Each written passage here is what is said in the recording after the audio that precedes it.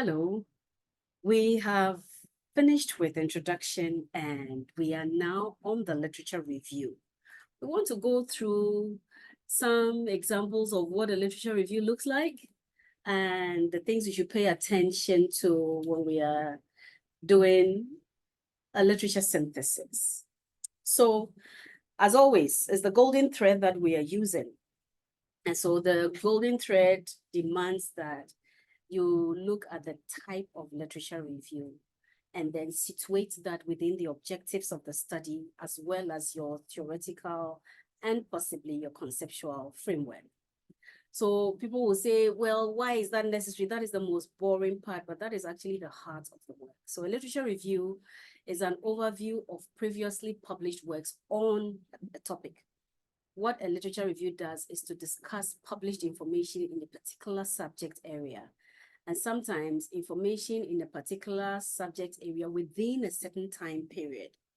The literature review can be just a simple summary of sources, but it usually has an organizational pattern and combines both the summary and the synthesis. So it's not you reading somebody's work and giving me, and Cook and Campbell did a study on, the title of the study was so and so, and in the study they did this and they did that. Nobody really wants to know the title of the study because it will come in the references. So a summary is a recap of the important information of the source, but a synthesis is reorganization or reshuffling of that information. And I will go through a few with you. But what you need to do is to find a book, a couple of books that teach you how to do a thorough literature synthesis to ground your work well. Because what happens is that in the background to the study, you are providing like a summarized version of the literature, but in the literature review, you are going full-blown out thorough synthesis of whatever type of literature you are undertaking. What literature review does is it gives a new interpretation of old material, or it combines new with the old interpretation, or it might even sometimes trace intellectual progression of the field, including major debates. So it depends on your area. Those in history probably will do a literature review a bit differently from those in social sciences. And even those in social sciences, depending on the type that is required, you may do it differently from another person in social sciences. So what you are asking yourself is, what type of review am I doing? And how does it address my research objectives? And how does the review take into account my theoretical framework? So for some review, I've had internal and external assessors of my students' work who wanted my students to divide their literature review into theoretical review, conceptual review, and or empirical review. I prefer a topical review. And so when they want them to, a topical review for me is like you're dealing with the topic, but you're infusing the theoretical review with the empirical review to give me something whole. Okay, so like I said before, the type of literature review you do will depend on your discipline and whether you are a researcher writing your PhD, your doctoral dissertation, or you're a researcher publishing a study in a journal or completing an assessment. A literature review for a subject in an undergrad degree will not be as comprehensive as a literature review required of a doctoral dissertation. Okay, so bear in mind that one. There are some common types of literature review. So we have the narrative or traditional literature review. Some also take the approach of the critically appraised topic. Some will do scoping reviews, some will do systematic literature review, and some will do the annotated bibliography. This lecture doesn't go into detail with all that. I'm just letting you know that these are the types that exist. So you have to discuss with your supervisor or supervisors and figure out what works for you as an expert in that subject's matter or in the field or in the institution. So normally we organize literature around ideas, not the sources themselves. Okay, again, it depends on the type that you're doing. And what you need is you need to read widely, but selectively in your topic area. So an expression that I learned as a doctoral student myself was just make sure you don't go down the rabbit hole. So that means you see something interesting and then you end up going somewhere, you end up going somewhere. And that is why I will recommend that use the objectives of your study as a boundary for what you are doing. And you realize that when you did the delimitation, you determine what becomes part of the inclusion and what becomes the exclusion. So let that be a guide for you. And as you work, limit yourself to that. Okay.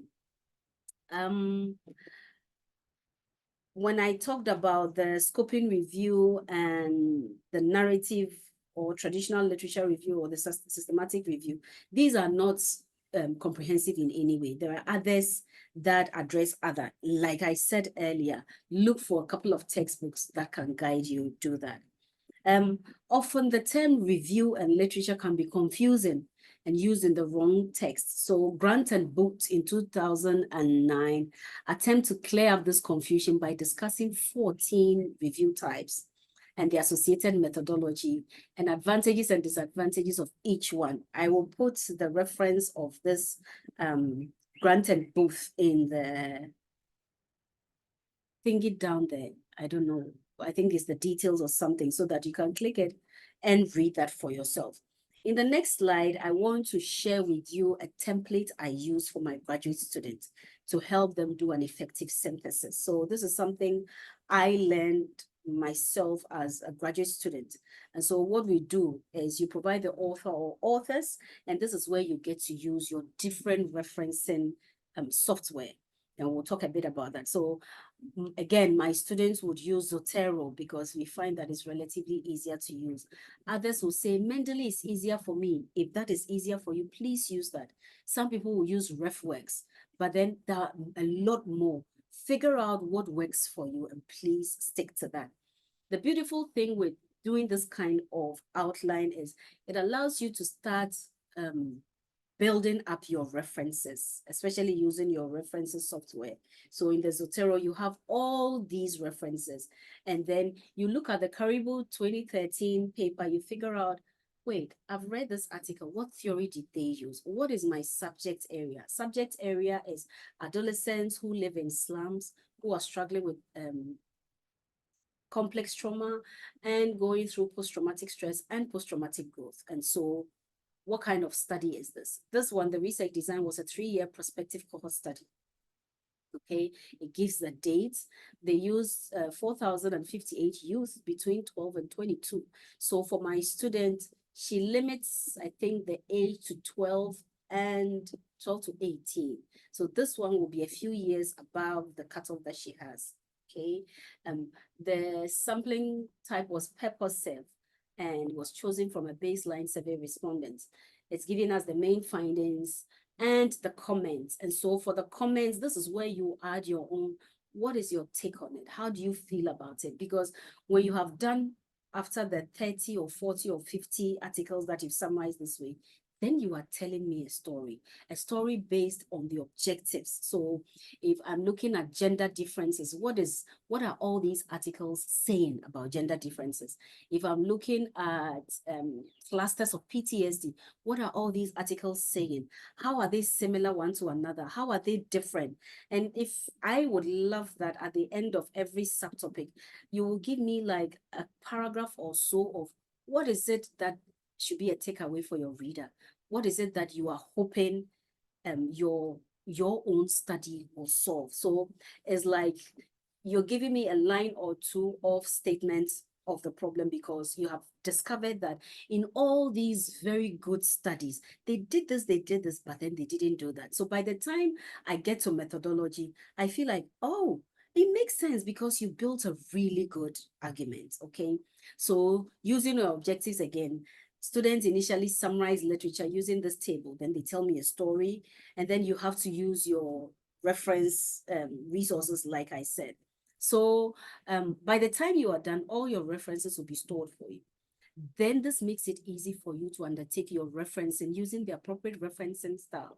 So for my kind of profession, we use the APA. There are people who will use the Peruvian or Vancouver or Chicago or Harvard or MLA or any other type of referencing guide that is required for your kind of study. Okay, so that's about the literature review, and it is the heart of the work. So please don't run away from it, and don't do any quick summary and slap of materials there as if by the time your readers are done, they should make up their own mind. Tie it up nicely in a beautiful ribbon for us, so that when you are able to do this comprehensively, it makes it easy for you to do your discussion. All right, as always, feel free to share this with anybody that might find this helpful. And the next ones that we'll be addressing will be the methodology, results and discussion, conclusion, implication, and recommendation.